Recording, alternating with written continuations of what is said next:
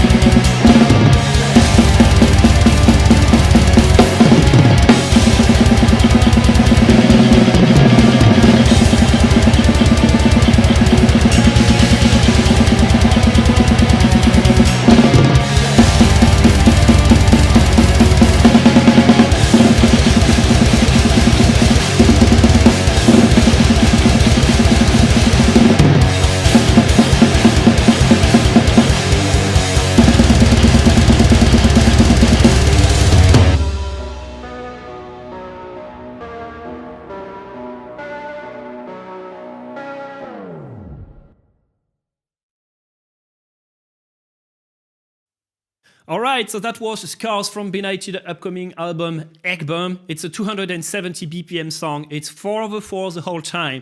So it doesn't have very intricate feel like Brutus or Martyr. And Martyr was the song that I chose back in the day for a previous contest. So this song is definitely simpler, but still it is fast. And it does require stamina, to be honest. So we are going to break down a little bit this song now, so maybe it can help you. So I would say that the requirement for this song is that you can play on your practice pad 16 bars of 270 BPM single stroke roll. And once you are able to do that, you can work on your blast beat behind the drum kit at 270 BPM, 16 bars, and you can totally play the blast beat with both fits. It's definitely not going to change how the song is sounding. So you don't need crazy speed with the double bass, you need speed with your hands and stamina. You have some double bass at 270 in the song, but it's definitely not mandatory to play the double bass to have a great result in the song. So if we break down the song now, first of all, we have the blast beat riff that is opening the song.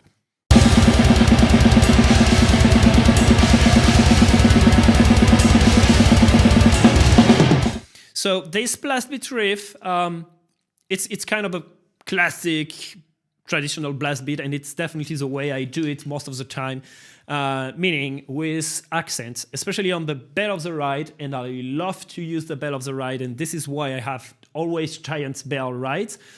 So accents with the bell of the ride and with the china, and for this album I used 2 china on my ride, so I've tried to make the maximum of that for this album, and this riff is a good example of that. Nonetheless, there is one thing special that usually I don't do. Most of the time I play the blast beat, and then I do a fill, and then I do this. So I end the fill with an accent on the crash and the kick, and then I don't start straight away the blast beat. And I don't want to do that anymore. I mean, I try to avoid to do this too much, and I think on this song it was very important to have kind of a flow that is never stopping. So I've decided to design 2 different fills for this very riff, the blast beat riff that is opening the song and that you play 3 times.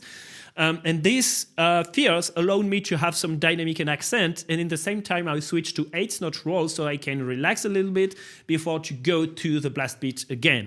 So if I just play the rhythm of these fills on the snare, it's going to be like that.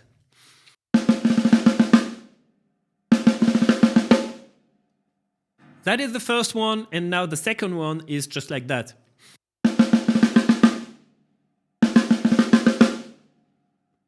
Now I'm gonna play the first fill on the drum kit.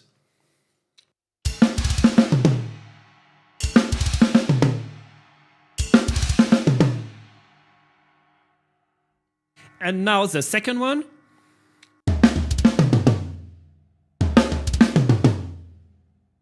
So this one is kind of groovy. You could have this one inside a basic groove pattern, for example.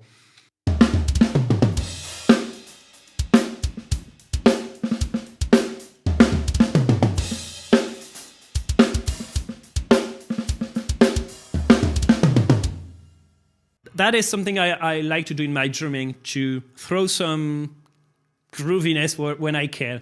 So it's super fast at 270 BPM, so the grooviness is kind of hard to find sometimes. I agree on that, but at least I've tried. And so, as I've said, I play these fills and I put an accent on the cymbals and I go immediately to the blast beat. So it's definitely like that.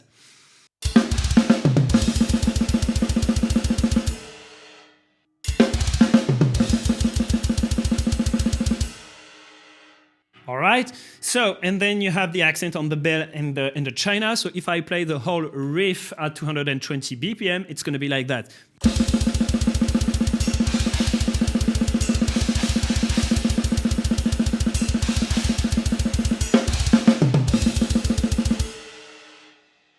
So you play this 2 times, and then when you do the fill, it's a little bit longer because it's just like that.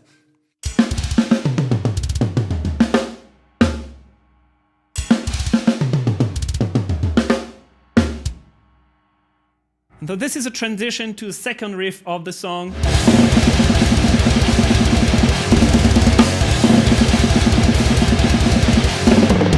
And we are going to play this riff 3 times in the song, and each time it's going to be different. And the first time it's going to be just like that.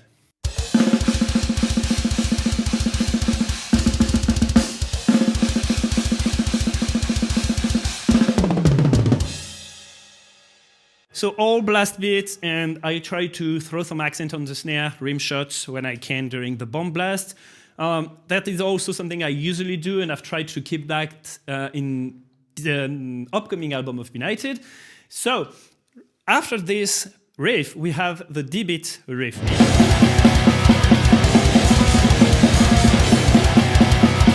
if you want to play Benighted, it's very important to play the D beat, because in Benighted you have a punk music legacy, and it has always been there the entire time. So it's part of their history and music, and you really have to play the D beat. And I've seen many attempts of drummer playing Benighted songs, and they replace the D beat by a skank beat. So please, during the D beat riff, do not play like that.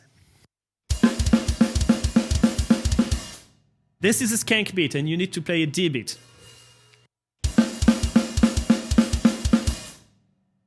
So I agree, this is super hard at 270 BPM, but well, it's, in my opinion, it's very important in how the music sounds.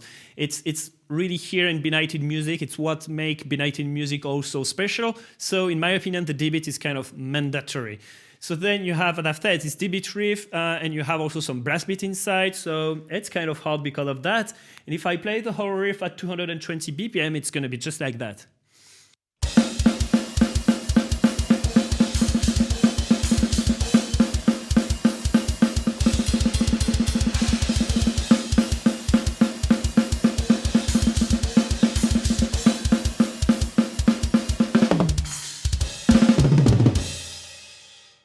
So yeah, you have this transition feel then that goes back to the blast beat riff of the song. So the feel is just like that.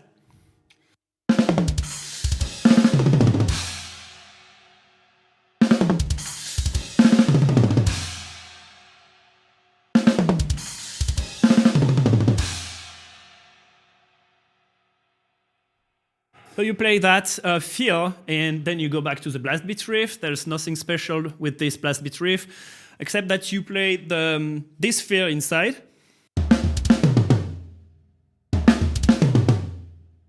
Instead of the first one.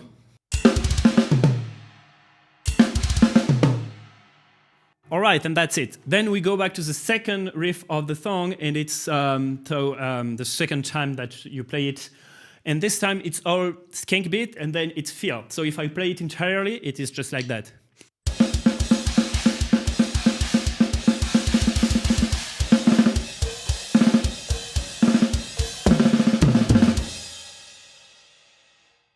So again, you have the D beat riff, but this time you have less blast beat and you have quarter note feel. So the first one is going to be just like that. And instead of starting the D beat straight away, you have this little. And that's something I really like to do, to have the feel that does not end within the bar, but you play the feel a little bit longer for 1 or 2 beats in the following bar. So just like that.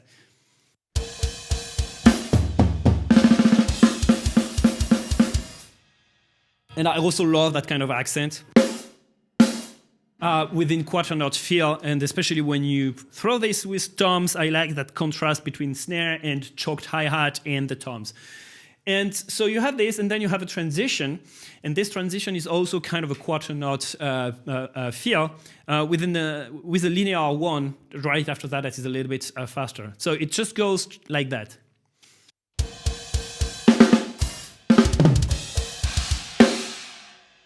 And now we have reached a groovy riff, a heavy groovy riff of the song that you just play once.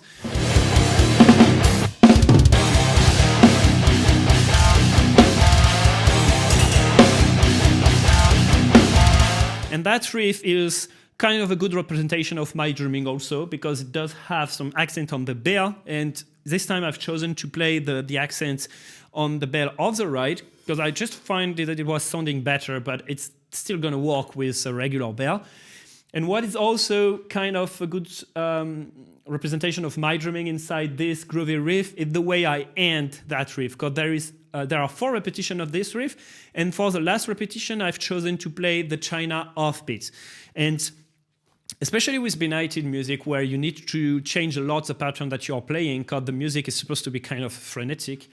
I really love to play the exact same pattern with the double bass and the snare, and I just change the cymbal. For example, in Brutus, I play 3/4 China accents instead of 4/4 at some point. And here, I just throw the China offbeat. So I'm going to play that groovy riff entirely now.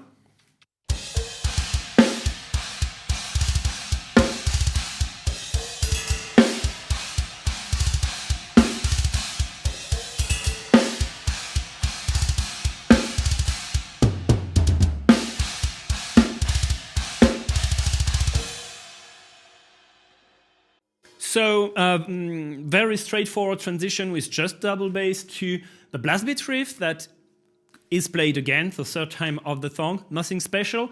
And then you end this blast beat riff and you go to an off time. So in the studio, I've decided to play nothing at all. And for the playthrough, I've played some little cymbals here and there. So you do whatever you prefer. And then we have the ambient riff.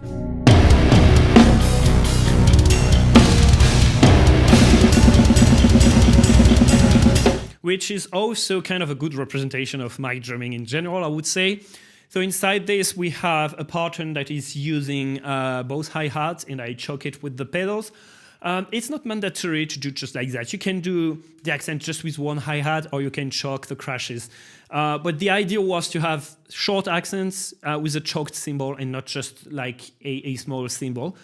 And then you have some rhythm with the bass drum, and you have blast beat with big bell accents. And I really love that kind of blast beat where instead of you just play like that. That is something that I've heard in John Longstreet's drumming for Gorguts, and I've just loved that. And I keep doing this. I don't know. I discovered that probably in 2017, and 7 years later, I'm still playing that kind of things. I'm also using the Latin timbale here, and I love that kind of stuff. And I throw some accents during the blast beats. It's also something that I really, really love to do. So there is many things in this ambient riff that are characteristics of my drummings. So I'm going to play the entire pattern of this ambient riff slowly, and it is 220 BPM.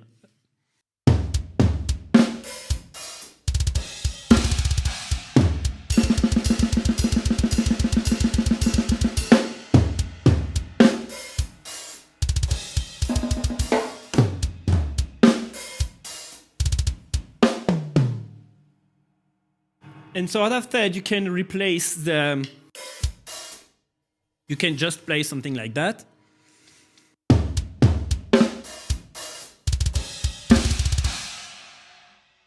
Or you can play something like that.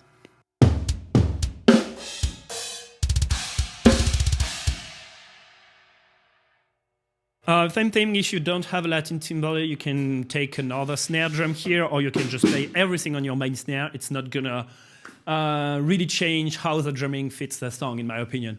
So then you have enough time, and we go to a blast beat riff that is another blast beat riff. And this one does have one particularity, and it is double strokes tom fills.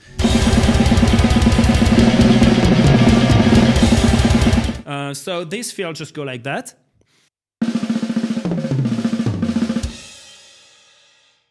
And the same thing than the idea of the first blast beat riff, where I go from the fill to the blast beat with no off time. Here I also try to do the same. So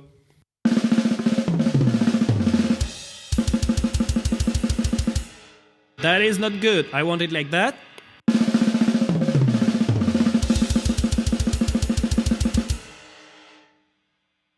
It's kind of one of the difficulty of the song, again, to have the feel and stretch to the blast beat. It's not something that I usually do, because then I lack power and stuff. And here you also have the transition from double strokes to single strokes. So that's kind of hard, but I think it's working well on the riffing. So I'm gonna play this pattern entirely, because then we have some double bass. And again, if the double bass pattern is too hard, you can replace it by something like that. Or like that. Again, it's not gonna change drastically how the song is sounding. But let's go for the original version at 220 BPM.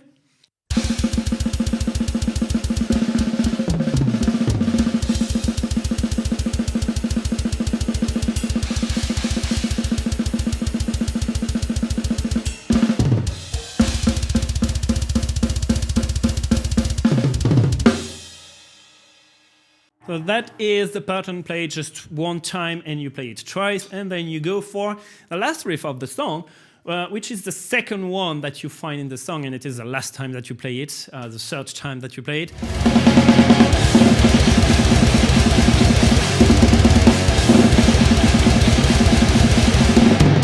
And basically I play it in 3 different ways. First time that I play it, I'm gonna use the blast beat pattern, so it's gonna be just like that.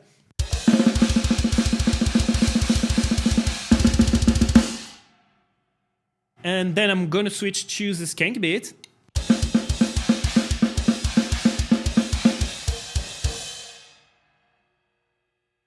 And the last time that I play it, I just go for a bomb blast and with some accent on the tom in the end to end the song together with the palm mute of the guitar. So in its entirely, that last riff is gonna be like that.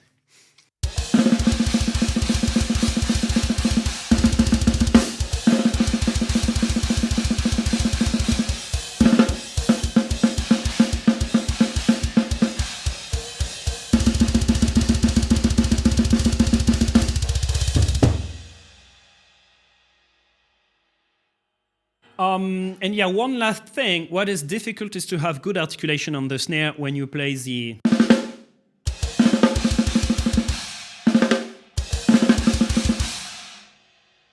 This at 270 BPM, it is very hard. So yeah, that's why you really need to work on the single stroke on the practice pad and on some movement around the drum kit to play this song very well. But anyway, that was for a breakdown of this song.